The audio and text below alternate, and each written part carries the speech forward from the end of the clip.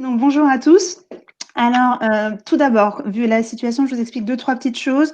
On va récolter les questions au fur et à mesure et je ferai des pauses au cours de la présentation. Dragoche les reformulera. Donc, utilisez le chat. Voilà, Dragoche va faire la partie lecture et redite à l'oral. Si jamais il y a un problème technique, quel qu'il soit, si vous ne m'entendez pas ou si ça bug, mettez-le aussi dans le chat et Dragoche me fera parvenir l'information et j'ajusterai à ce moment-là. Voilà. Donc, bonne conférence à tous et j'espère que le sujet va vous plaire. Donc, le sujet, c'est autour du développement de la maturité produit. C'est un retour d'expérience de ma propre expérience lorsque je suis passée de mon métier d'avant à celui de product manager et des axes que j'ai travaillé pour ce faire. Alors, je me mets sur la bonne slide. Voilà. Tout d'abord, comment tout a commencé pour moi? Je pense que c'est important que vous ayez un petit peu la chronologie pour ceux qui ne me connaissent pas. Donc, j'ai une formation de photographe argentique à la base, pas si vieille que ça, mais à l'époque où j'ai fait ma formation, on était encore dans le monde de l'argentique. Quoi? Et donc, je suis arrivée de plein fouet Orange. sur Ah, le désolé, marché j'étais en. au moment de la transformation numérique de ce métier-là. Et la photo argentique disparaissait. Donc, j'ai dû très vite m'adapter au marché et me former à l'image numérique. Juste après ma formation, en 2005, j'ai intégré venteprivée.com, aujourd'hui VP. Et en 2005, c'était une toute jeune start-up qui avait 4 ans, qui démarrait à peine, qui avait très peu de ventes, très peu d'utilisateurs, mais qui marchait très bien. Et j'y suis restée 12 ans. Et à l'occasion de ces 12 ans, j'ai pu… alors, hop, je crois qu'il y a des micros ouverts. Hop, voilà. On va y arriver. Et à l'occasion de ces 12 ans d'expérience, eh bien, j'ai pu transformer finalement plein de choses en un apprentissage qui est devenu celui du produit. Et en 2011, je suis devenue responsable de tous les produits de la post-production. Donc, tout ce qui touchait à la gestion des médias, à la planification des médias et à l'organisation des flux d'échange des images. À la fin de mon parcours chez Vente Privée, j'ai souhaité me spécialiser dans l'approche produit et donc je suis arrivée dans le conseil en 2017 où je suis consultante produit et aujourd'hui coach produit et j'accompagne des product managers, des responsables produits, des product owners dans le développement de leur maturité produit. Voilà. Alors, si je fais un petit rollback chez Vente Privée, puisque c'est vraiment de là que mon expérience est partie et que je vous remets dans le contexte dans lequel j'ai démarré. Donc, je suis arrivée dans le contexte d'une start-up dans lequel on a dû très vite apprendre à se démarquer. Il y avait beaucoup de concurrence qui arrivait sur le marché. Il fallait que l'entreprise soit différenciante. Et moi, dans ma spécialité qui était donc l'image, il fallait qu'on apporte des choses différentes, voilà, que nos catalogues photos soient différents. Donc, on a très tôt, très vite appris à travailler la proposition de valeur. Et le deuxième élément, ça a été des enjeux d'industrialisation. L'entreprise est très connue, donc la plupart d'entre vous doivent connaître le côté exponentiel. Je suis arrivée, on était 50. Quand j'en suis partie, on était 4000. Donc voilà, l'entreprise a fait un boom en 12 ans. Et il y a eu vraiment des enjeux de comment arriver à faire grandir la structure, à proposer plus de ventes, tout en ne démultipliant pas les ressources, tout en enlevant les tâches avilissantes et tous les sujets qui pouvaient freiner finalement l'efficience et la productivité des équipes. Donc ça, c'est vraiment le contexte dans lequel ma carrière a évolué et ça a été perpétuel. À peu près tous les 8 mois, 12 mois, on avait de nouveaux concurrents, on avait des nouveaux enjeux pour s'industrialiser. Donc, on était toujours dans cette dynamique très, très changeante. Et comment j'ai fait du produit? Alors, à l'époque où j'ai commencé à faire du produit, en fait, on ne parlait pas vraiment de produit. En France, ce n'était pas forcément des termes qui étaient connus. On parlait d'outils, on outillait les équipes, on essayait de faire des logiciels maison qui permettent d'avoir plus d'efficience. Et donc, c'est un petit peu comme ça que ça a commencé. On avait des sentiments d'urgence parce qu'on était dans des ventes à pic, finalement, saisonniers, et il nous fallait des intérimaires pour pouvoir nous permettre de produire toutes ces ventes. Et à un moment donné, il n'y avait plus de place. Donc, il a fallu, de manière très urgente, se poser plein de questions et se dire comment est-ce qu'on allait, au-delà d'améliorer les process, au-delà de faire en sorte de travailler plus intelligemment, comment on allait pouvoir outiller les gens pour pouvoir leur permettre d'être plus performants dans leur quotidien. Et ensuite, il y a eu une prise de conscience que les outils informatiques allaient être une clé complémentaire à tout ce qu'on mettait en place avec les équipes en termes de management. Voilà, et donc ce sont ces 2 facteurs-là qui ont fait que je suis tombée dans la marmite du produit. Et du coup, comme je vous l'ai dit, à l'époque où j'ai commencé à faire du logiciel informatique, on ne parlait pas vraiment de produit, et je me suis rendu compte qu'il fallait travailler plein de sujets complètement différents, qu'il fallait développer et cultiver son expertise pour pouvoir avoir des produits les plus pertinents et les plus impactants possibles. Et c'est cette réflexion que je vous partage aujourd'hui, qui s'est enrichie au fur et à mesure de mon expérience dans le conseil, puisque après avoir passé 12 ans dans un même acteur du marché, être arrivée sur le marché du conseil m'a permis de voir d'autres types d'entreprises, d'autres types de formats, d'autres types de produits, et du coup de continuer de compléter cette réflexion. Alors, j'ai posé, au vu de mes lectures et de mon expérience, ce mind map qui représente pour moi les 10 éléments qu'un responsable produit, product owner, product manager, quel que soit son nom, une personne qui est responsable d'une feature team, doit adresser finalement dans son quotidien, parfois par obligation sur certains axes, d'autres auxquels il pense avoir moins accès, mais quel que soit notre scope et notre périmètre finalement d'action sur le produit, qu'il soit sur un produit dans sa globalité ou sur une partie fonctionnelle de ce produit-là, on doit pouvoir adresser l'ensemble de ces éléments pour nous permettre d'avoir la meilleure pertinence possible et de développer le produit dans le meilleur but possible. Voilà, donc je vais vous détailler chacun de ces points-là. Je vous le répète, c'est un Rex, c'est mon prisme. C'est pas une vérité absolue. Ce qui est intéressant, c'est tous les débats et les discussions qu'on pourra avoir autour de ces sujets-là pendant la conférence et puis même à l'issue.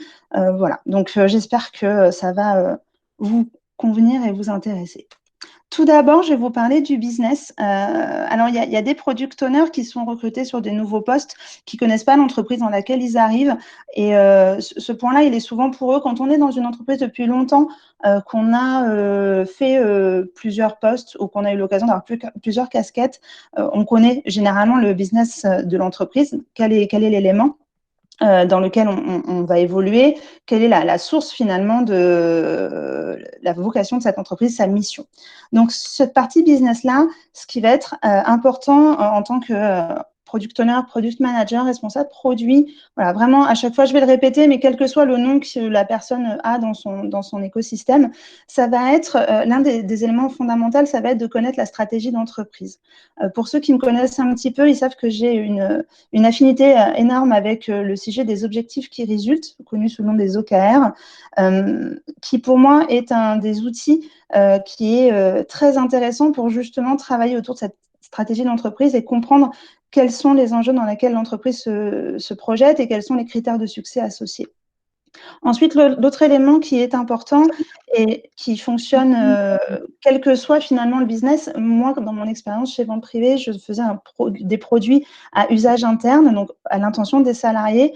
Cependant, il était très important pour moi de savoir qu'est-ce qu'il existait comme type de produit similaire sur le marché qui pouvait être pour du B2B, mais à l'intention d'autres types d'entreprises, pour comprendre un petit peu les fonctionnalités, ce qui pouvait exister, donc, et comprendre aussi quelles étaient la concurrence de l'entreprise, quels étaient les éléments du marché qui pouvaient être tendance et innovants sur mon secteur.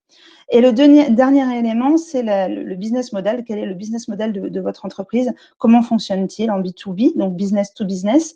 B2C, c'est vraiment vers les customers, et B2B2C, qui était mon cas à l'époque, où on avait à la fois des fournisseurs qui nous produisaient des échantillons et des stocks, et à la fois on avait des clients finaux sur le site qui venaient acheter sur les catalogues. Donc, tous ces mécanismes-là sont fondamentaux pour vous permettre demain d'être le plus pertinent possible sur les produits. Deuxième élément, la stratégie produit. La stratégie produit, c'est trouver le meilleur équilibre possible entre le problème auquel vous essayez de trouver des réponses, les contraintes de votre marché, de votre entreprise, les contextes, et la cible, vos utilisateurs finaux. Et c'est vraiment tout cet équilibre-là qui va faire que votre stratégie est pertinente, à la fois elle comporte beaucoup d'hypothèses. Donc voilà, c'est ce qui va faire une stratégie produit, en tout cas la plus pertinente possible, comme je viens de le dire. Alors, le premier élément pour la stratégie produit, ça va être de poser clairement la proposition de valeur de votre produit. De clairement définir la problématique auquel on essaye de répondre, le besoin et non déjà la solution de ce problème. C'est vraiment de poser cette problématique et ensuite, de voir qu'est-ce que vous allez proposer, pour vos utilisateurs.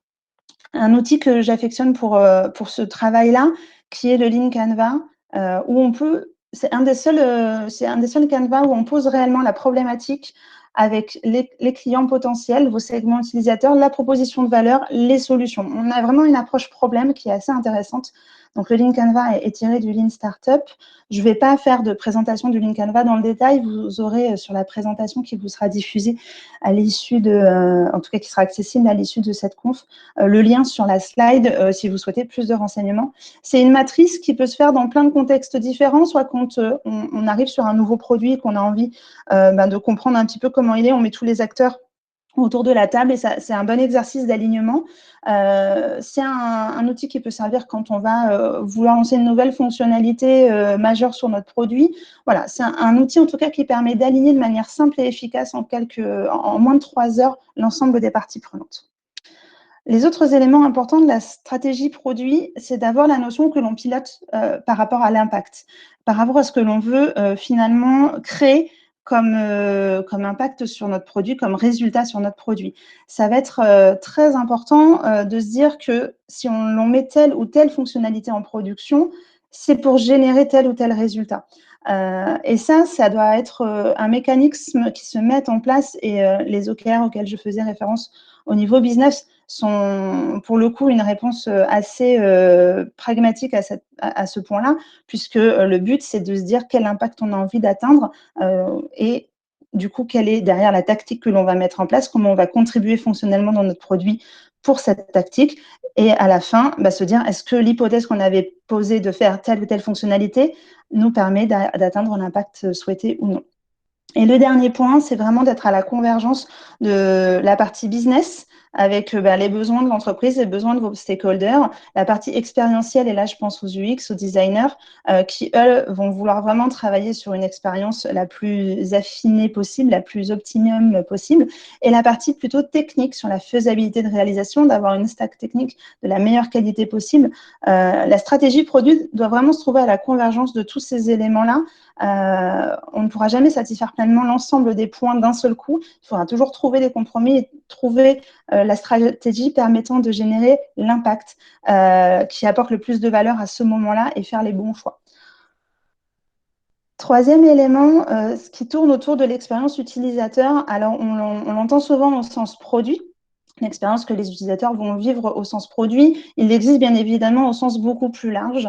Quand je pense à un produit qui est mis en place pour permettre finalement de contractualiser un nouvel abonnement, par exemple, il va y avoir toute une expérience utilisateur qui va être masquée, qui ne va pas être digitale, mais qui va être liée à des processus métiers des différentes entités de l'entreprise pour permettre d'arriver à cette contractualisation. Il y a une partie qui va être digitale, celle que l'utilisateur verra directement, et celle qui va, de manière back, influencer son parcours. Et il faut, dans l'expérience utilisateur, vraiment penser global sur toutes les facettes de cette expérience. Du coup, comme je viens finalement de l'évoquer simplement, placer l'utilisateur au centre va être fondamental, mais il y a différents types d'utilisateurs. Il y a les utilisateurs parfois qui vont utiliser à proprement donner votre produit, donc ce qui était le cas quand j'étais dans mon expérience de product manager où je faisais vraiment des outils à utilisation interne pour les salariés de l'entreprise. Mais mon client final, c'était clairement la personne qui allait à la fin sur le site pour acheter un produit et consulter un catalogue en ligne. Et donc, il fallait placer à la fois l'utilisateur, mais également le client au centre des réflexions pour qu'on délivre la meilleure expérience. L'autre élément qui est important, c'est souvent une problématique qu'on rencontre quand on a une réunion avec plein de personnes et qu'on commence à rentrer dans le concret du produit. Les gens ont tous une représentation de ce à quoi devrait ressembler une fonctionnalité. Et ce qui est assez intéressant pour un product owner quand il n'a pas la chance d'avoir un designer avec lui, c'est de pouvoir malgré tout faire poser du sketching, commencer à faire dessiner ses utilisateurs. Comme vous le voyez sur la représentation, on est sur des choses très simplistes, on n'a pas besoin d'être dessinateur pour ça, mais parfois poser par le dessin des choses va permettre de creuser beaucoup plus de pistes et de faire parler les gens différemment. Et enfin, le dernier point qui me semble important pour un product owner, product manager, d'être en maîtrise et de développer, c'est tout ce qui est approche design thinking. Alors souvent, j'ai lu récemment plutôt des articles où on commence à mélanger la notion de, à merger la notion de design thinking avec la notion de product thinking. Et c'est vrai, je suis assez d'accord avec ça. Fondamentalement, dans la construction d'un produit, il faut avoir cette démarche. Donc là, j'ai un petit schéma que j'aime bien, qui est assez représentatif pour ceux qui ne connaissent pas le design thinking, où on va avoir cette partie d'immersion, où c'est un petit peu un globi-boulga d'informations. On va aller récolter beaucoup de choses. Ensuite, on va les hiérarchiser, les trier, les ordonnancer. On va faire des grandes thématiques et on va faire de l'idéation autour de ça. Une fois qu'on va avoir travaillé cette idéation de manière collective, il va falloir commencer à faire des choix. Souvent, il y a beaucoup de choses qui sont sorties quand on fait des ateliers d'idéation. Souvent, on aime bien dire aux équipes, imaginez-vous, vous avez une baguette magique et que vous n'avez aucune contrainte. Donc, le but, c'est vraiment d'ouvrir le maximum de possibilités, de ne pas se mettre de barrières, même si on sait qu'à la fin, dans nos contextes économiques, politiques, il peut y avoir ce type de problématique. Et donc, une fois qu'on a posé toute cette idéation, qu'on a vu toutes les pistes possibles, on va commencer à décider, à faire des choix de par ce qui apporte le plus de valeur et ce qui a le plus d'impact. Une fois que les personnes ont convergé vers une priorisation, il va y avoir des phases de prototypage et des phases de test. Et tout ceci, bien évidemment, ça va être cyclique. C'est une démarche qui est à appliquer tout au long de votre construction, de votre run de produit, pour continuer d'apporter de la valeur et pour continuer de permettre de répondre toujours à vos besoins utilisateurs et à vos problématiques d'utilisateurs. La partie expérimentation, vous l'aurez compris avec le design thinking où je parle de choses cycliques et d'éléments à travailler tout au long du produit, l'expérimentation, ça doit être un état d'esprit. Souvent, dans certaines structures, ça peut être très compliqué de mettre en place, d'expliquer ce mindset d'expérimentation. Et c'est là où il y a tout un travail d'acculturation au fait que il faut tester des hypothèses et que si on ne teste pas vite des hypothèses et si on attend d'avoir un scope très large, ça devient tout de suite théorique. Et quand on arrive en production, le temps s'est écoulé. On arrive sur une version qui semble en interne correspondre à tous les besoins qu'on avait, mais est-ce qu'elle répondait bien aux hypothèses que l'on avait posées ou non? C'est une question auquel on n'a pas eu de réponse au cours de la construction. Je vais détailler le bullet point expérimentation et puis je vais prendre les questions qui sont arrivées. Alors, sur l'expérimentation, il y a 3 éléments qui semblent importants de développer, que ce soit au niveau du PO, mais que le PO doit aussi faire développer au niveau de ses stakeholders, de l'équipe. C'est la remise en question et l'ouverture d'esprit, de se dire que parfois, et moi la première au cours de toutes mes expériences, je me suis dit que j'avais la solution. Je connaissais mon produit, je connaissais mes utilisateurs, j'avais la sensation et la certitude que finalement la solution que j'avais dans ma tête était la bonne. Et c'est un vrai exercice auquel je me suis astreint, de me dire, OK, c'est une possibilité parmi d'autres que je ne connais pas encore, il faut que j'aille chercher ces autres possibilités. Peut-être que j'ai raison, mais peut-être que j'ai tort. Et donc, savoir se remettre en question et savoir entendre que nos utilisateurs, ils n'ont pas forcément besoin de ce que l'on pensait. Et ça, c'est pas toujours simple dans les organisations. Le deuxième élément qui va faire écho à ce que je vous ai dit peut-être un tout petit peu plus haut, c'est toujours dans l'expérimentation, à l'expérimenter ce que l'on a comme hypothèse qui va apporter le plus de valeur. Toujours aller vérifier cet élément-là. Ça va être un moyen de à la fois prioriser et un moyen à la fois de savoir ce que l'on veut faire. Et enfin, le PO, sa plus grosse responsabilité, c'est de savoir faire petit pour pouvoir très vite tester des choses, mais d'avoir également la vision très long terme. Quand j'ai, sur mon expérience de vente privée, eu à adresser le sujet de la planification, très, très vite, j'ai vu la vision de comment l'outil de planification devrait être dans sa finalité. Malheureusement, et je vais vous l'expliquer un tout petit peu après quand je vais faire un petit récap de mon expérience, j'ai eu que quelques semaines de développement. Donc, il fallait avoir les deux, savoir faire des concessions et des compromis très, très vite. Alors, je vais prendre les questions. Hop, je vois que Dragouche m'en a mis certaines. Oui, si tu veux, je peux te les lire. Je veux Donc, il y a bien. Charlotte qui a deux questions. La première, c'est où se situe le product manager dans une organisation par rapport au PO, UX, lead tech, responsable marketing? Alors, s'il y a des PO, c'est-à-dire si dans l'organisation, vous avez des PO et des product managers, généralement, le product manager, lui, va avoir une vision stratégique plus large et il va souvent piloter plusieurs product owners. Donc ça va être vraiment son rôle vis-à-vis des PO. Il ne va pas forcément être leur manager au sens hiérarchique du terme. Par contre, il va être le lead de la vision produit plus globale. Ensuite, le product manager vis-à-vis des UX, alors c'est toujours de la même manière, tout va dépendre de la taille des structures et des organisations. S'il y a beaucoup de features ou beaucoup de produits qui a plusieurs UX, ça va être aléatoire. Mais souvent, en fait, le PO, l'UX, le lead tech, le responsable marketing, c'est les personnes qui vont constituer l'équipe de réalisation, l'équipe de conception du produit. Ils vont tous être collègues, enfin en tout cas dans une unité, et il n'y aura pas de hiérarchie entre eux à proprement parler. En espérant que ça réponde à la question.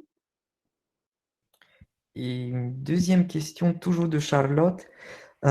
Quels sont les KPI ou les OKR sur lesquels on peut s'appuyer pour évangéliser la démarche de la phase expérimentation? Alors, je reviens sur une toute petite définition sur la différence entre les KPI et les OKR, en espérant que ça va permettre à tout le monde, pour ceux qui ne connaissent pas la méthode OKR. Les KPI, c'est des éléments chiffrés qui vont vraiment permettre de monitorer un produit qui est en run, c'est-à-dire s'assurer de la bonne santé d'un produit. On va aller peut-être voir le temps de réponse, le nombre d'utilisateurs, le nombre de conversions. On va être sur des KPI factuels pour s'assurer que le produit va bien et il est en bonne santé. Les OKR, on va vraiment être sur des ambitions avec des critères de succès associés, des impacts que l'on aimerait voir venir. Et souvent, les critères de succès sont toujours chiffrés et ils doivent être ambitieux. C'est vraiment une ambition qu'on aimerait projeter.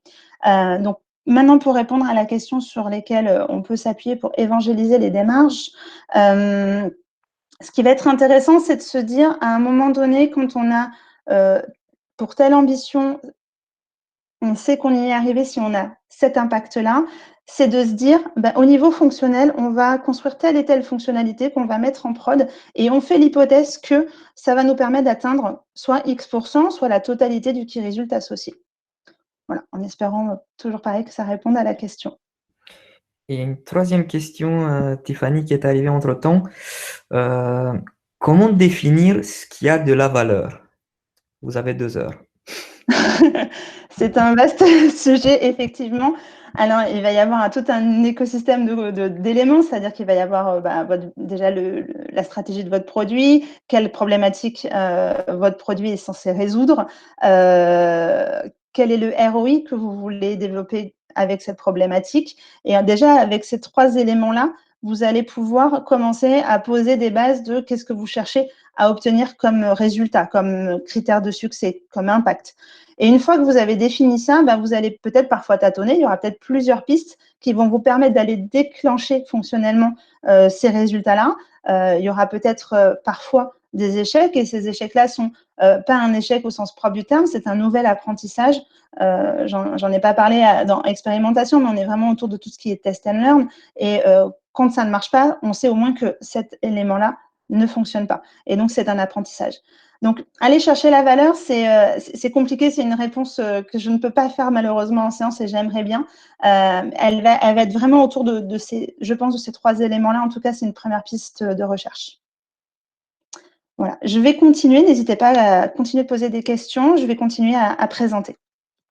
Donc, ensuite, on va être sur la partie product ownership. Alors, souvent, on entend PO. PO, c'est un rôle. PO, c'est un job. C'est pas le débat de la présentation. Moi, ma conviction, c'est que product owner, ça fait partie de la casquette qu'un product manager responsable produit, PO dans une feature team doit prendre. Souvent, et c'est pas une généralité, donc pour ça je dis souvent, les équipes de développement sont en Scrum, donc la notion de product owner est largement reconnue dans cette organisation-là.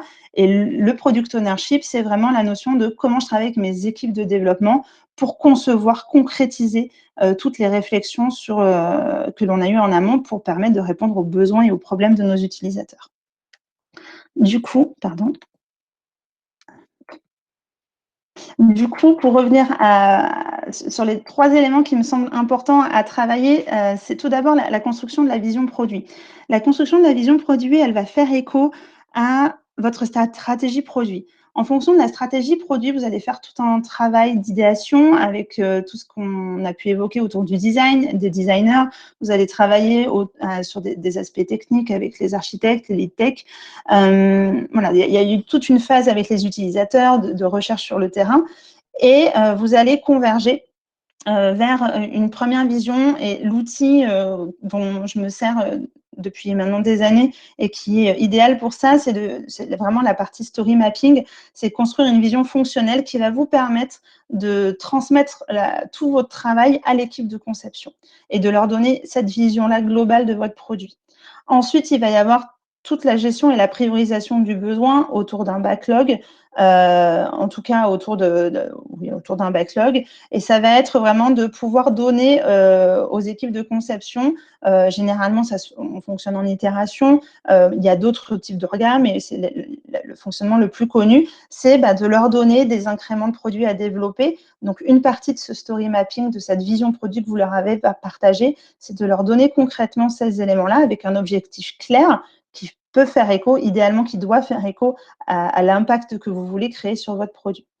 Et enfin, le dernier point, c'est de partager toujours cette vision avec l'équipe de réalisation. C'est là où, encore une fois, je fais écho au story mapping. J'aime bien l'avoir d'afficher lorsque c'est possible. Aujourd'hui, avec le confinement, on a beaucoup plus, c'est pas possible. Après, on a des outils digitaux. Voilà, il y en a plusieurs sur le marché qui nous permettent d'avoir des boards partagés. C'est vraiment quelque chose sur lequel j'essaye de tenir. Voilà, aujourd'hui, quand je suis sur un produit, c'est d'avoir ce story mapping de partager pour que l'équipe puisse poser des questions autour de ça et qu'on puisse faire des extreme quotations dessus pour pouvoir parler de la vision globale du produit, voilà, qu'on puisse vraiment manipuler ces éléments-là.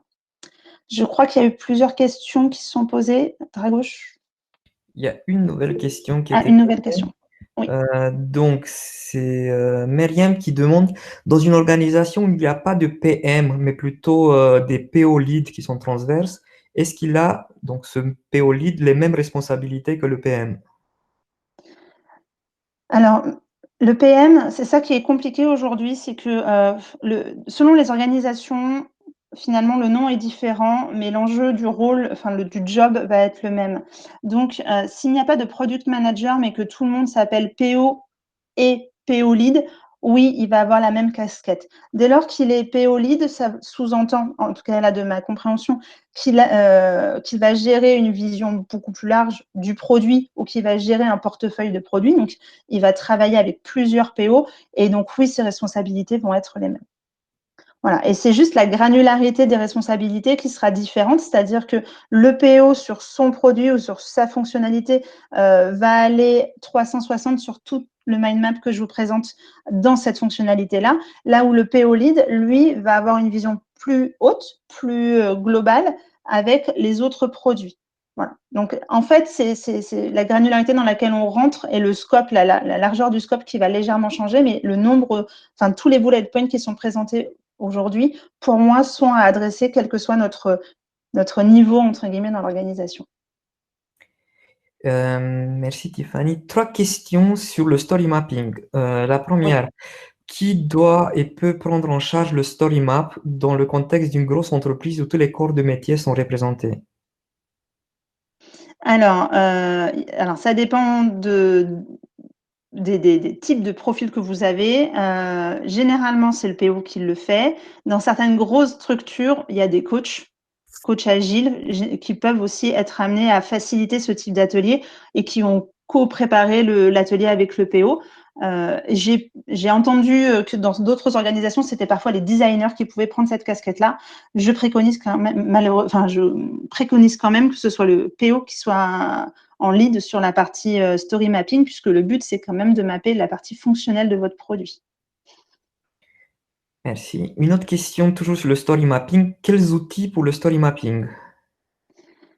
Alors, aujourd'hui, on pourra vous renvoyer sur le livre digital qui a été coécrit chez Binext, où il y a toute une liste d'outils pour pouvoir faire en digital les story mapping. Ça, on pourra vous remettre un lien là-dessus. Dragos, tu confirmes? Oui, on peut mettre un lien. Et dans un monde non digital, qu'est-ce que tu prévois pour un story mapping?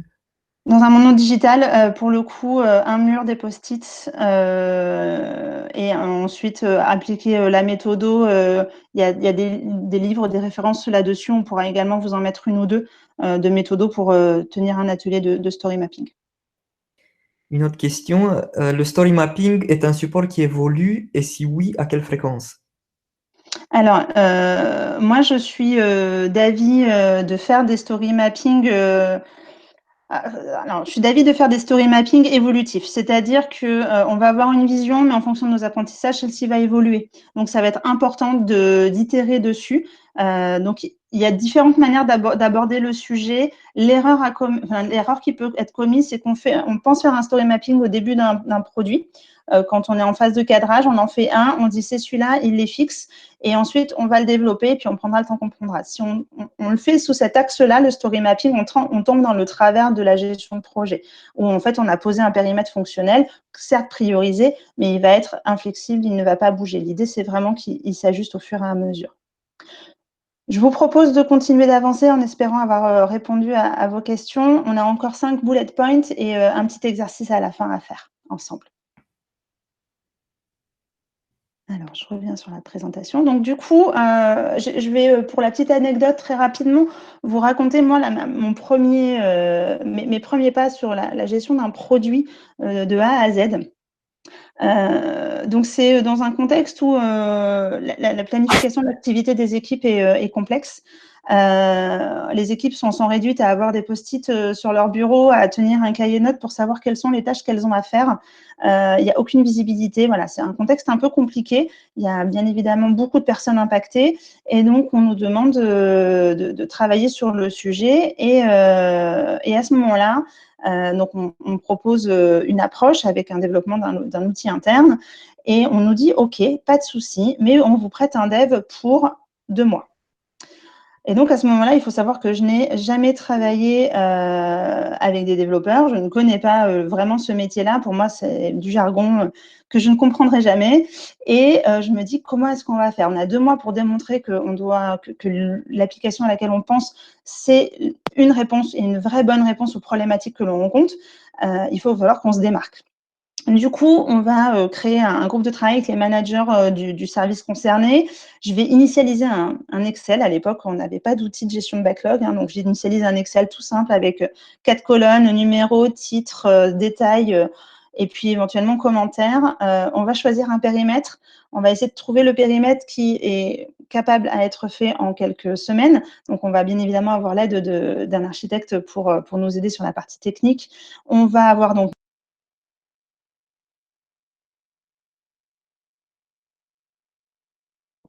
Je crois qu'on a coupé mon micro, mais je ne sais pas quand est-ce qu'il a été coupé. Il y a quelques secondes, tout va bien. Ça fonctionne de nouveau. Tout va bien. Oh, parfait. Et donc, en fait, je vais me poser avec le dev tous les jours et on va développer au fur et à mesure. Hop. Et puis, on va voir l'équipe pour laquelle on a fait la première version de ce produit de planification. On va demander à une des personnes de l'équipe de tester. Et vraiment, la tête de ce petit garçon, c'est à peu près ce que j'ai ressenti au moment où, en fait, le premier utilisateur a manipulé l'application. Je ne savais pas du tout ce que ça allait donner. On avait vraiment l'espoir que ça lui apporte de la valeur et que ce soit efficace rapidement, mais on n'avait aucune certitude, beaucoup d'hypothèses. Et puis, les retours ont été constructifs et positifs. On a fait quand même des correctifs avant de déployer aux 3 autres utilisateurs de l'équipe. On a fait des formations et on est parti en déploiement. Aujourd'hui, ce produit, voilà, à la fin de mon parcours chez Vente Privée, il était déployé à la moitié des services de la production, voire pratiquement à toute la production des ventes. Et aujourd'hui, il est déployé dans tous les pays qui ont des entités Vente Privée ou des filiales. Donc, c'est vraiment un outil global de planification. Donc, c'est chouette de voir quelque chose qu'on a imaginé à l'époque avec peu de moyens, développer et être une réponse pour tous les utilisateurs. Retour à notre petit mind map, les métriques. Alors les métriques, je suis loin d'être une spécialiste de la data, loin de moi cette idée, donc je ne vais pas faire un cours de data sur cette partie-là. Par contre, un de mes apprentissages forts, c'est qu'il faut savoir quoi analyser, où aller chercher la source d'information pour avoir un bon produit. Quel que soit finalement le type de produit que j'ai pu faire, cette recherche de data, elle a été fondamentale. Après, il y a des personnes qui ont un vrai profil data, qui vont aller beaucoup plus loin. Et eux, quand on en a dans nos équipes ou quand il y en a dans les entités dans lesquelles on est, on peut vraiment s'appuyer sur ces profils-là pour aller encore plus finement. Du coup, sur la partie métriques, ce qui me semble important de développer et qui est souvent quelque chose que l'on oublie par manque de temps, par manque de moyens, par manque de conviction de la part des personnes qui nous ont donné le sponsorat, c'est de comprendre les usages de ce produit-là. Savoir comment il est manipulé par nos utilisateurs. Ça se trouve, on avait la certitude qu'ils avaient besoin de cette fonctionnalité-là ou de cet ajustement de fonctionnalité-là. Et en fait, en suivant et en utilisant ces outils d'analytics d'usage, on va se rendre compte que ce n'est pas du tout utilisé. Donc ça, c'est quelque chose qui peut sembler coûteux puisqu'il faut plusieurs sprints pour le mettre en production. Et voilà, il y a de la négociation souvent à faire pour avoir les budgets mais c'est fondamental parce que ça nous permet de faire les bons choix et justement d'expérimenter rapidement des choses. Deuxième élément, définir ce que l'on doit regarder. Je vous parlais tout à l'heure de piloter par impact, d'avoir une stratégie par impact. On ne peut pas tout regarder sur notre produit tout le temps. Ça ne va pas être possible. Ça va tout d'un coup nous emmener à avoir des dizaines et des dizaines de métriques à suivre. On ne peut pas être partout. Donc, il va falloir prioriser aussi ce que l'on suit. Mes recommandations, en tout cas au vu de ce que j'ai pu tester, c'est d'abord d'aller vérifier nos hypothèses. Donc, s'il y a des datas à suivre, des métriques à suivre, allez d'abord regarder les métriques liées aux hypothèses que vous êtes en train d'essayer de valider. Et deuxième élément, comme je le disais tout à l'heure, les KPI de bonne santé. Voilà, c'est le deuxième point qui semble important de suivre, c'est tous ces KPI de bonne santé-là, mais souvent, on a des tableaux de bord qui sont déjà en place. Ensuite, organisation. Alors, ce bullet point-là, autant le contenu, il est complètement ferme et je suis convaincue de ce que j'ai écrit dessus, autant sur le titre, c'est un vrai débat. J'arrive pas à le nommer correctement. Il a changé plusieurs fois de nom. Il s'appelait Réalisation à ma précédente conférence parce qu'en fait, c'est quelque chose d'assez global et j'ai du mal à mettre le nom dessus, mais je vais vous expliquer un peu plus ce que j'entends par là. En tout cas, c'est de trouver la structure, l'écosystème, de mettre en place tout l'environnement qui va permettre à votre produit, à votre équipe de grandir. Souvent, c'est un vrai sujet, le fait de passer à l'échelle, en tout cas de grandir, d'avoir plus d'utilisateurs, d'avoir plus de personnes qui viennent requêter vos produits. Et comment est-ce qu'on fait pour anticiper ça? Voici les 3 éléments que j'ai travaillé, en tout cas qui m'ont beaucoup servi au cours de mes expériences. Le premier, c'est tout ce qui était travail autour des processus. Mon produit, il avait des processus, ceux-là, je les ai maîtrisés, mais il y avait aussi tous les processus métiers qui étaient connexes à mon produit, tous les utilisateurs, tous les potentiels contributeurs à mon produit. Et puis, il y avait les processus en amont et en aval, en fait, ce que mon produit récupérait et ce que mon produit allait impacter. Et je me suis rendu compte que si je ne maîtrisais pas tout cet environnement de processus, mon produit, je pouvais faire des choix fonctionnels qui allaient impacter l'un de ceux-là, l'un de ces processus et qui allaient l'impacter négativement.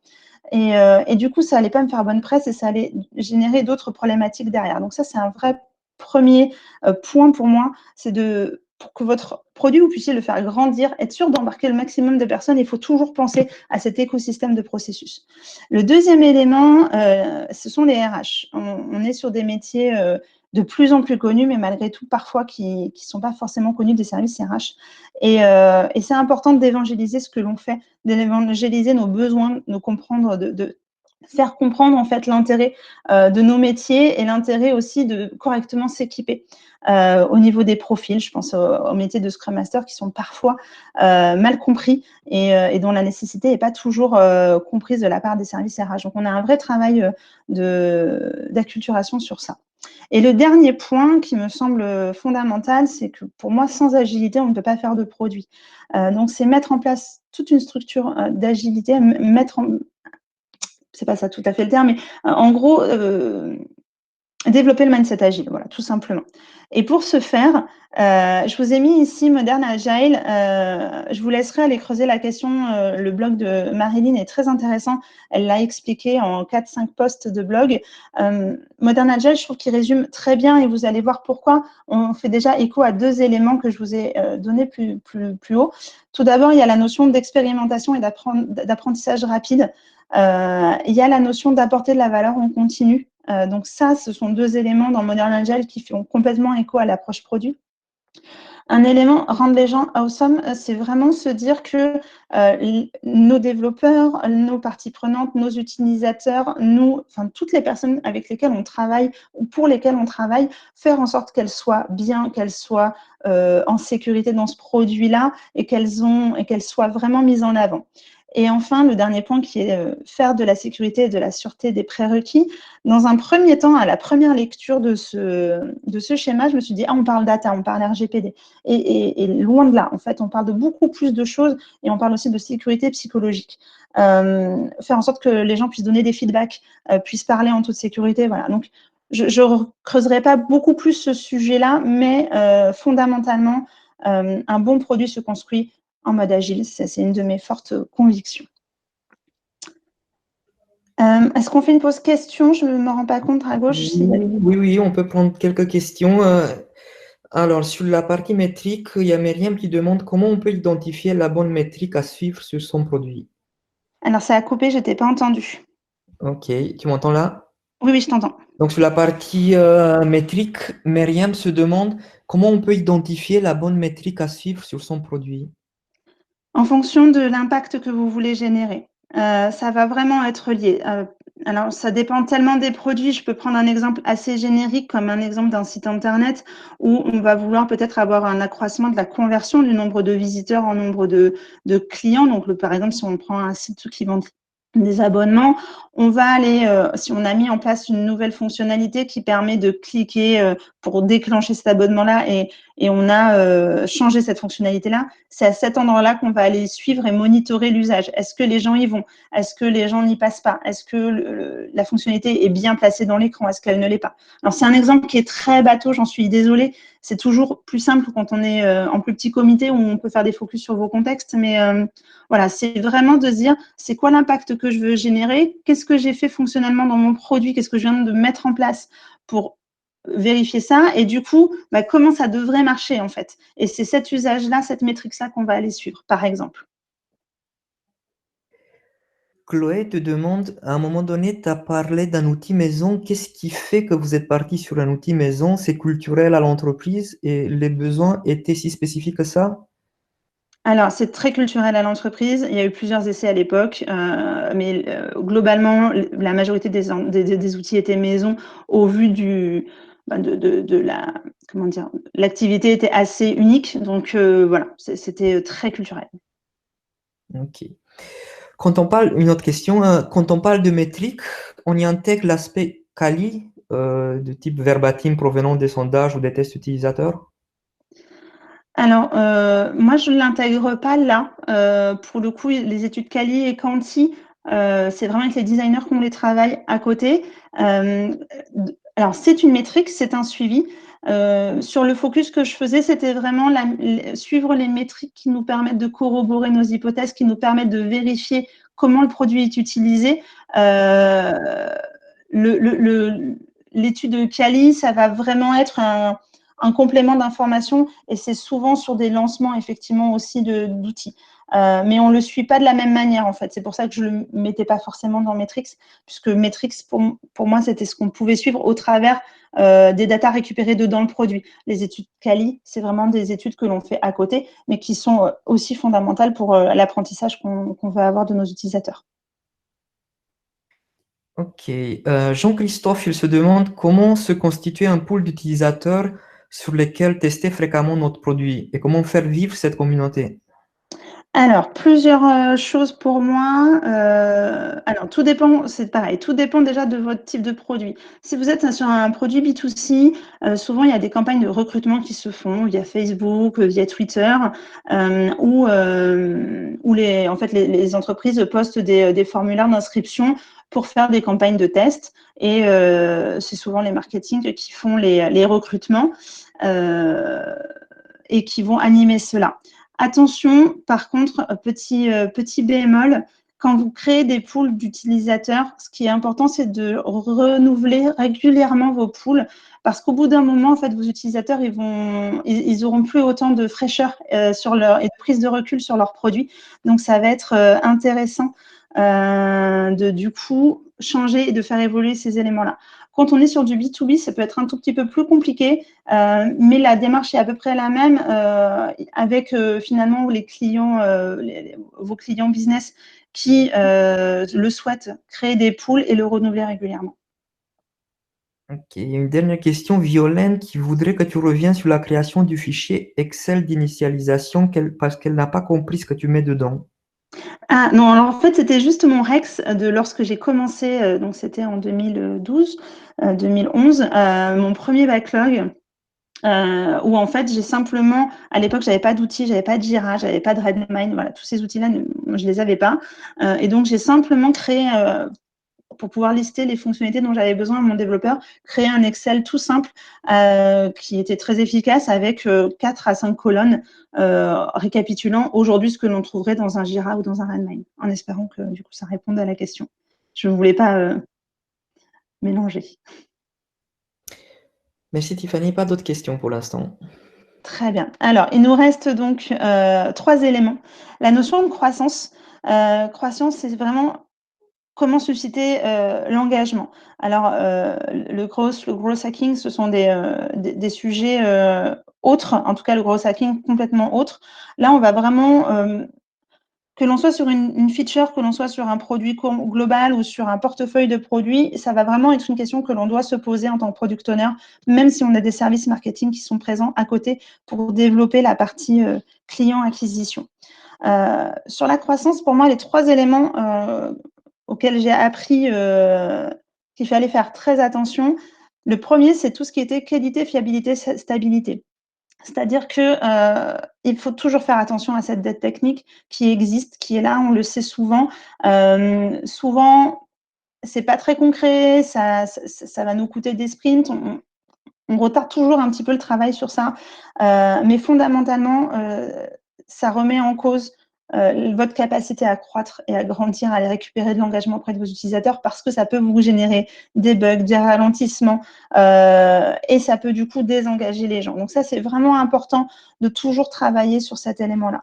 Le deuxième élément de la croissance, et c'est réellement pour moi un des points importants du PO, c'est qu'il est là pour toujours optimiser, rajouter, vraiment mettre de l'huile dans tout ça et affiner ses fonctionnalités, trouver le petit sujet, le petit point dans sa fonctionnalité qui fera qu'on va déclencher un peu plus d'engagement. Donc, on est vraiment sur de la croissance, mais c'est sur le travail fin de la croissance.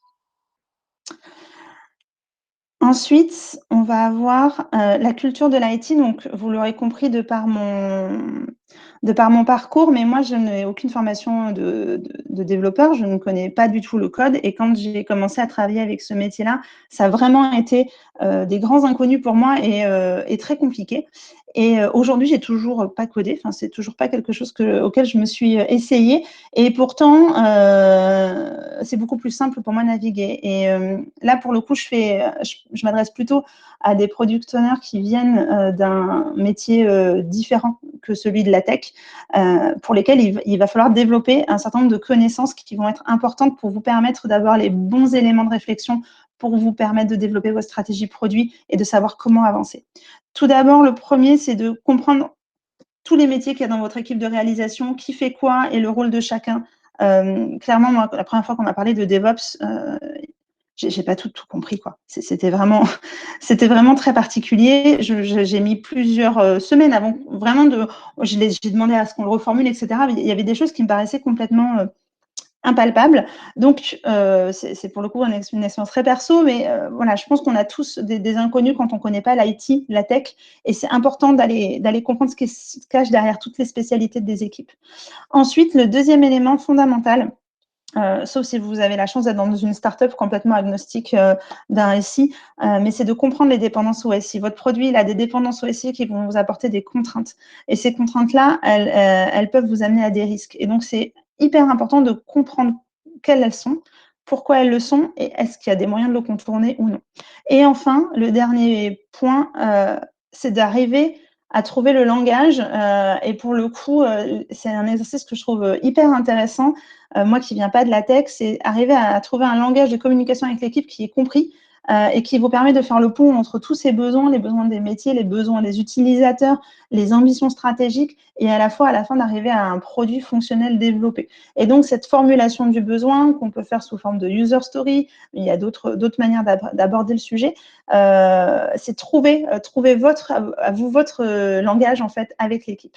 Donc voilà, ce sont les points qui vont être importants à développer. Et enfin, l'aspect marketing, alors au même titre que la croissance ou que la data, je n'ai pas du tout de formation marketing à la base. Cependant, en tant que PO, on a notre responsabilité, c'est vraiment de savoir, de faire connaître notre produit et de savoir en parler. Des exemples tout bêtes, quand on a un produit peut-être un peu tech, qui n'est pas vraiment très sexy, mais comment est-ce qu'on peut faire une démo avec des potentielles parties prenantes ou des potentiels utilisateurs qui ne parlent pas le langage tech? Comment faire une démo qui a du sens et qui apporte de la valeur? Ça, c'est marketer son produit. Les autres éléments, ça va être tout ce qui est surveillance du marché. Qu'est-ce qui se passe? Qu'est-ce qui peut se faire? C'est important aussi qu'en tant que PO, on ne s'appuie pas que sur le market pour ça, qu'on ait aussi cette connaissance-là. Toutes les études qu'on va pouvoir faire, de les partager avec un service marketing, si vous en avez un, c'est hyper important aussi de croiser vos données avec eux. Et ensuite, c'est d'avoir une stratégie de communication et de conduite de changement. Souvent, apporter un nouveau produit avec des nouvelles fonctionnalités, ça va changer des processus, ça va changer des usages, qu'on soit sur du B2B ou sur du B2C. Donc, ça va être important de savoir communiquer autour de ça et de savoir former et accompagner nos nouveaux utilisateurs. Du coup, maintenant que je vous ai présenté ce mind map-là, j'en ai créé un petit outil qui est le suivant et que j'utilise dans plein de cadres différents. Je l'utilise à la fois pour travailler avec des PO ou des PM sur le développement de leur maturité, pour un petit peu comprendre comment ils fonctionnent et où sont les enjeux. Mais je le travaille aussi pour faire des audits de produits quand j'arrive et que je me demande comment est le produit, où est-ce qu'il est mature, où est-ce qu'il est moins mature. Je me sers du même radar, c'est la grille d'évaluation que vous avez sur la gauche qui change. Du coup, je me suis prêtée à l'exercice de vous faire le radar pour moi lorsque j'ai commencé, juste avant que je commence finalement à travailler dans le produit. Vous voyez sur ce radar-là, le business est très développé. Je connais très bien l'entreprise dans laquelle je suis. Je travaille avec des équipes, donc tout ce qui est organisation, une connaissance des processus, etc., je l'ai. La notion d'expérimentation aussi est très développée dans mon contexte, donc je l'ai. Par contre, tout ce qui est product ownership, culture de l'IT, marketing, ce ne sont pas du tout des éléments de compétences que j'avais développés. Là, je vous propose le radar plutôt à la fin de mon parcours ICO. Donc, je connaissais très bien le business, c'était toujours la même entreprise. J'avais appris à développer des stratégies produits, en design un petit peu de développement, product ownership pour le coup, ça a été une grosse gap d'apprentissage. Les métriques, le marketing, toujours un petit peu, mais il y avait encore du boulot de travail d'apprentissage et de maturité à développer. Et si je devais vous faire écho à aujourd'hui il y a un petit bug, pardon, c'est la même slide. Alors, je le corrigerai dans la map, dans la présentation qu'on vous présentera. Mais en fait, aujourd'hui, la majorité des points ont grossi. Et c'est l'aspect business qui est devenu pratiquement en bas, qui est redevenu au cercle entre le rouge et le orange.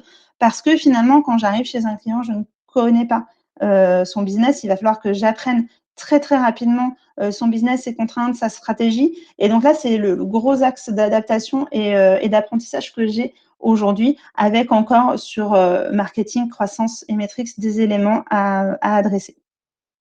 Et donc, je vous propose, alors normalement, mais je me suis dit que ce serait intéressant, je vous propose de vous donner 2 petites minutes pour le dessiner sur une feuille de papier si vous en avez une à côté de vous. Et puis, quand il est dessiné, je vais vous passer sur la slide d'après, vais vous faire un premier positionnement. Aujourd'hui, comment vous estimeriez? Voilà, donc il est 14h59. On fait le petit exercice et ensuite je réponds aux quelques questions s'il y en a des nouvelles, Dragos. Ok, très bien.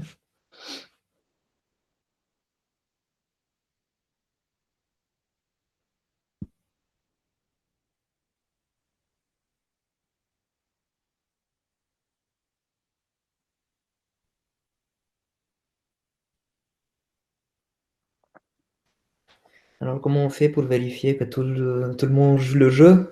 Ça va être compliqué. Mettez un petit plus dans le chat quand vous avez dessiné rapidement le radar. Comme ça, Dragos aura de la visibilité. Il y a quelques plus qui commencent à arriver. Il y a Anne et Maxime qui sont des bons élèves. Clément aussi. Est-ce que tu voudras qu'on partage avec quelqu'un parmi ceux qui ont fait l'exercice ou comment tu veux procéder pour le... Alors, à voir, on pourra partager en toute fin. Je vais faire ma conclusion et puis ensuite, ceux qui veulent avoir un échange, on pourra discuter. Je vous propose de passer à la slide suivante qui est un petit, puisque je vous ai dit beaucoup de choses en 1 heure, qui est un petit résumé de chacun des bullet points pour que vous puissiez vous positionner finalement donc, sur ce radar. Donc, je vous laisse encore une petite minute ou 2 pour que vous puissiez vous positionner. Voilà, ce qui est intéressant avec ce radar, c'est en plus de ça, dans cette manière de le faire où vous êtes seul avec lui, c'est de pouvoir vous positionner de manière objective et derrière de vous dire, bon, il y a des sujets qui sont importants pour moi d'aller creuser, j'en ai besoin, il y a des sujets qui me rendent curieux et j'ai envie d'y aller. Si ça se trouve, vous êtes mature sur la majorité des points et ça veut dire que, à mon sens, vous avez les bonnes bases pour continuer à développer vos connaissances et votre carrière autour du produit. Voilà, c'est vraiment pour moi un socle intéressant de réflexion, en tout cas, pour se poser des questions autour de sa carrière dans le produit. Et j'arrête de parler quelques secondes. Sinon, il y a Violaine qui a une question qu'on avait zappée entre-temps. Si tu veux, je peux te la poser. Oui, vas-y. Alors, lorsque le PM se veut le rassembleur de la vision, des besoins, etc., qu'est-ce qu'il a à faire au PO? On parle ici de plusieurs produits gérés par un seul PM qui pense que la vision se résume à une définition de 2 phrases. La question est compliquée. Tu peux me la remettre dans le Slack, s'il te plaît, Oui, à gauche, que je puisse la relire, parce qu'elle est... oui, bien sûr. Merci. Tu as le droit de dire si tu n'as rien compris. Hop. Je suis à ce point-là, je n'ai pas très bien compris.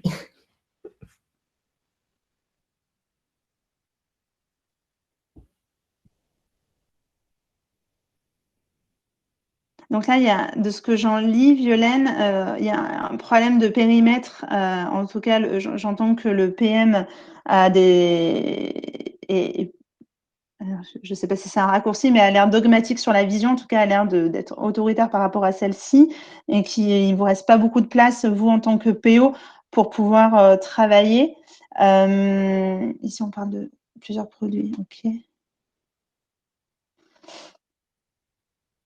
Tout à fait compris le contexte. Bon, bien, déjà, je ne suis pas à côté. Et donc, que reste-t-il à faire pour le PO? Pour moi, redonner le pouvoir au PO, c'est vous, en tant que PO, être en capacité d'aller rechercher de la data pour pouvoir argumenter, d'aller chercher des éléments qui vous permettent de générer un impact. Et à un moment donné, de dire, OK, moi j'ai fait ça et voici l'impact que ça a eu. Voici, on a pris cette décision-là et ça n'a pas eu l'impact. Et c'est souvent un besoin, c'est souvent ce que j'ai pu voir, c'est que les PO, ils ont un scope et un périmètre déjà figé, on leur a donné. Donc c'est vraiment dans des organisations souvent très très grandes. Et tu n'as pas accès à l'utilisateur et aux clients, mais est-ce que tu as moyen de mettre en place des analytics dans ton produit? Ça peut être aussi un élément qui va te rapporter de la data indirecte. Quand on n'a pas accès à ses utilisateurs et quand on n'a pas accès à ses clients, ça devient le seul moyen et c'est beaucoup d'interprétation. Donc malheureusement, il peut y avoir des loupés, puisqu'on n'aura pas on n'aura pas le fond du sujet. Le contexte est compliqué. Pour moi, ce qui est fondamental, c'est d'essayer de récupérer de la data. Alors, ça va dépendre de ton produit pour le coup, Violaine. Alors, Violaine me demandait du coup de la data, oui, mais basée sur quoi? Et là, ça va dépendre du produit. Ça va être compliqué de répondre en séance. Je suis désolée. Donc, si tout le monde a fait son petit radar, je passe juste à la conclusion et puis après, on essaiera de faire des échanges ouverts avec le micro pour ceux qui le souhaitent pour parler de leur sujet ou de leur radar. Et donc, ma conclusion, c'est simplement de vous proposer à vous d'être votre produit. C'est-à-dire que si vous faisiez de vous votre produit et comment finalement vous développeriez votre carrière, votre approche produit, mais vous pouvez l'appliquer à ça, mais comme à des choses complètement personnelles, parce que finalement, c'est identifier ses forces et ses axes d'amélioration. C'est ensuite se dire, avec ça, c'est quoi les problématiques? C'est quoi ma problématique du moment? C'est quel est le problème auquel j'ai envie de travailler ou quel est le besoin que j'ai envie auquel j'ai envie de répondre, pardon, je vais y arriver. Définissez vos critères de succès. Est-ce que c'est dans 6 mois d'avoir réussi à faire ça dans ma carrière? C'est dans 6 mois d'avoir réussi à faire ça sur mon produit? Et puis, essayez, voyez les résultats, testez des pistes, itérez. Clairement, appliquer l'approche produit à vous-même et c'est déjà une manière finalement de développer ce mindset-là aussi au quotidien et de prendre que le bon en pilotant par la valeur. Voilà. Et y a-t-il d'autres questions? Alors, est-ce que tu vois le chat? Sinon, Alors, je vais le rouvrir. Ouais, attends. il y a une question sur la veille produit. Est-ce que tu fais de la veille produit? Et si oui, as-tu des bonnes pratiques à partager? Alors, de la veille produit, j'ai juste une question. Est-ce que c'est de la veille produit par rapport au sujet global du produit ou est-ce que c'est par rapport à un produit en particulier? Juste pour être sûr de la nuance. Je sais pas. Sujet global. D'accord. Donc oui, j'en fais. Je suis pas mal de choses. Moi, je vais pas mal sur Medium, qui est pour moi un des médias hyper intéressants où il y a une grosse source d'informations et j'ai plusieurs sites que je suis et après beaucoup de choses en communauté pour me permettre de voir les sujets émergents sur le produit au global. Donc voilà, c'est à peu près la manière de suivre les sujets produits. Après, je vais avoir mangé son nom, à gauche, aide-moi, John Cutler, que je suis beaucoup avec amplitude, qui est assez intéressant. Il y a Melissa Perry, voilà. Donc, j'ai une petite liste, oui, de personnes que je suis qui me permettent de voir ce qui se passe dans le monde du produit au global. Voilà, donc il y a Sarah qui demande est-ce qu'on peut avoir un ou deux noms de sites de veille, s'il vous plaît. Donc voilà, il y a John Oui. Cutler, c'est des personnes qui ont des blogs ou leur site perso, Melissa Perry, John Cutler. Là, il y a un site qui vient de sortir, je ne sais pas encore s'il est très pertinent, c'est je suis pm.com, je crois qu'il s'appelle. Il est tout récemment mis en ligne, ce site. Je ne sais pas la qualité de l'agrégation des contenus, mais à regarder.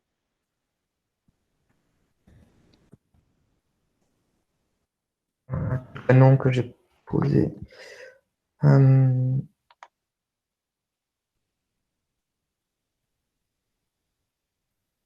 question de Rami. Quel conseil vous donnerez pour un ingénieur qualité test qui aimerait devenir PO et pourquoi pas PM après?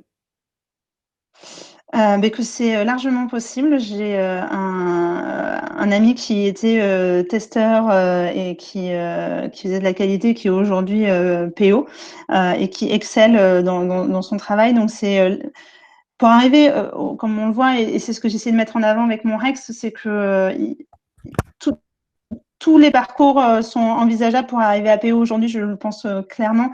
C'est une expérience enrichissante. Ce qui va être important après de travailler comme expérience, c'est de commencer à travailler sur voir comment le PO fonctionne, comment est la vision produit, essayer de se rapprocher un petit peu plus du besoin et de remonter.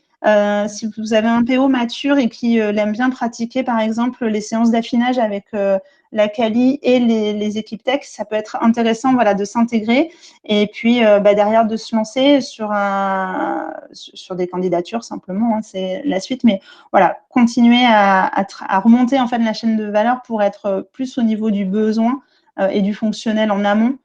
Et votre expérience au niveau de la qualité et du test sera plus que complémentaire. Une question sur le radar que tu proposes, Tiffany. Est-il pertinent d'utiliser ce radar en processus de recrutement côté candidat? Alors, il y a eu la question se pose, je crois, quand j'ai fait cette conf à Agile France l'année dernière, quelqu'un m'a dit qu'il avait eu un entretien de recrutement PO, un radar pas similaire, mais presque. Donc oui, ça peut complètement être envisageable et ça peut être un sujet intéressant. Il faut, je pense, adapter la manière de le faire. Il y a plusieurs approches. Soit on demande au candidat de se positionner, soit au travers de questions, on positionne naturellement le candidat dessus. Ça va dépendre de la dynamique, mais je pense que ça peut être un outil qui permet de faire un point avec le candidat et d'être assez objectif sur les profils et de comprendre les affinités du candidat aussi, donc les forces qu'il peut apporter. Pourquoi pas? Une autre question qui peut être un peu à côté du sujet, donc c'est toi qui décides si tu réponds ou pas. Un Scrum Master est-il vraiment nécessaire dans une équipe agile? Je pense notamment à des équipes qui s'auto-organisent en agile avec un rôle de Scrum Master qui tourne à chaque sprint.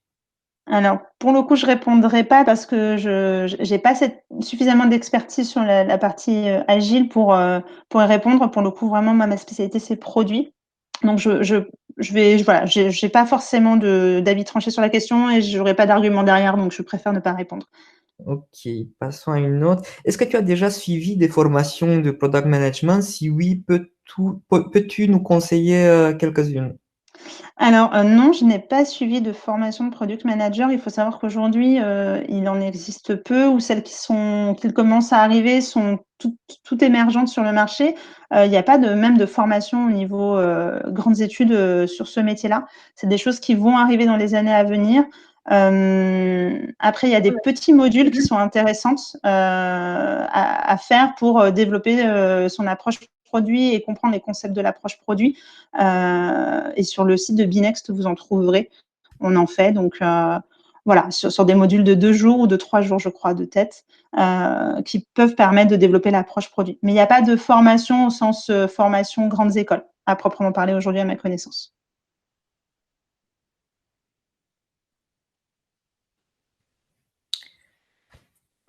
Est-ce qu'il y a d'autres questions? Allô? Oui, tu nous entends, Tiffany? J'ai pas entendu, ça a fait un bruit Je me bizarre au demandais moment où s'il y tu a as d'autres parlé. questions. Est-ce que vous avez d'autres questions ou est-ce qu'il y en a certains d'entre vous qui veulent partager leur radar en mettant la caméra ou comme vous voulez? Je vais arrêter de projeter. Dans le chat, il n'y a pas de nouvelles questions. Il n'y a pas de nouvelles questions. Non. En tout cas, merci à tous de votre temps et de votre écoute. J'espère que cette présentation vous aura renseigné